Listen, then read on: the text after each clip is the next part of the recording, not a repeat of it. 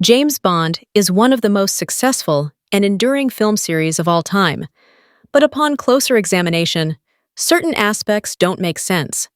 Kicking off in 1962 with Sean Connery in Dr. No, these adaptations of Ian Fleming's writings have become entrenched in popular culture and have had a profound influence on action movies and cinema in general. From Connery's tenure right up to Daniel Craig's era, the James Bond movies kept audiences enthralled with intense shootouts, epic gadgetry, and memorable villains. As a series that thrived on heightened reality and absurd situations, even though these aspects don't make much sense, it doesn't stop Bond from being a true icon.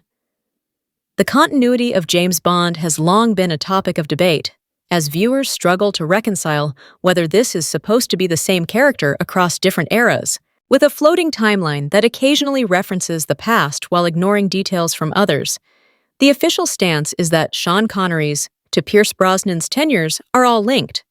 However, Daniel Craig's era represented a hard reset for the franchise as it established new origins for the MI6 spy and provided a fresh start for characters and storylines. While this feels definitive, the continued inclusion of Judi Dench as M in Craig's Bond movies means that this doesn't feel like an entirely fresh start. As Sean Connery's final outing as James Bond in an Eon production, Diamonds Are Forever represents the end of an era for the franchise, as it was forced to continue on without its main star. However, looking back on the film today, one issue stands out, and that's just how nonsensical the villain Blofeld's overall plan was. The plot of Diamonds Are Forever concerns Bond stopping Blofeld from using diamonds to build a satellite capable of destroying nuclear weapons. As a needlessly convoluted scheme with implausible technology, it's hard even to figure out how Blofeld's plan would help Spectre achieve global dominance, as it would likely just set off a worldwide military conflict. The Secret Service agent James Bond has his missions funded by the UK's Foreign Intelligence Service, MI6, which is where he gains access to so many gadgets, technology, and vehicles. One consistent thing throughout the franchise has been Bond's use of Aston Martin-branded cars, which he seemingly has an endless supply of.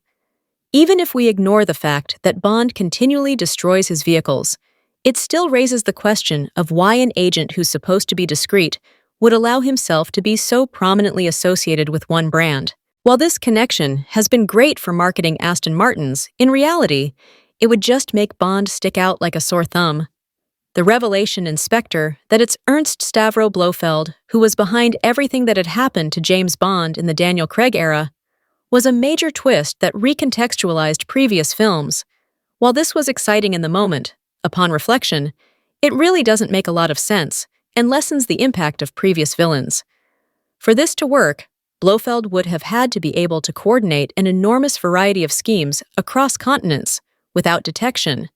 And, although his vendetta against Bond is emphasized, it really is pushing things a bit too far. To change so much of the series' lore after the fact created more inconsistencies than it solved. The concept of villains explaining their entire philosophy and scheme to the hero has become a major movie trope, and no series has utilized it more than James Bond. A prime example of this was in Goldfinger's iconic laser scene, where Auric Goldfinger's long-winded explanations only served to give Bond enough time to concoct a plan and escape. It's understandable why the Bond movies fall back on this trope so often, as it builds suspense and the dialogue allows for important exposition to be explained to the viewer. But, in reality, this would serve the villain absolutely no purpose, as it removes the element of surprise and gives their adversary the critical intelligence they need to defeat them.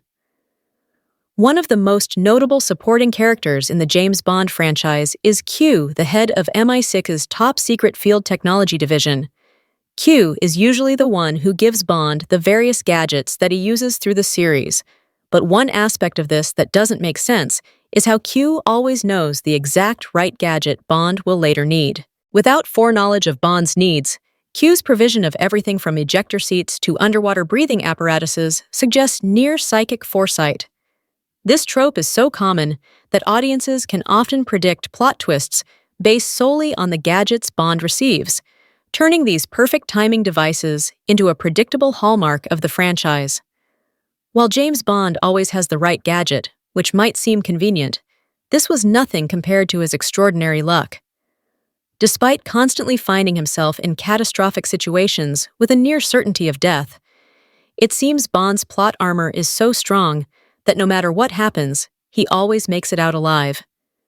From always finding the opening he needs to succeed against his enemies to consistent chance encounters with the exact person he's looking for, Bond's fortitude defies all logic. This consistent luck was what made No Time to Die such a surprise, as its definitive ending gave viewers something they had never previously seen in the franchise.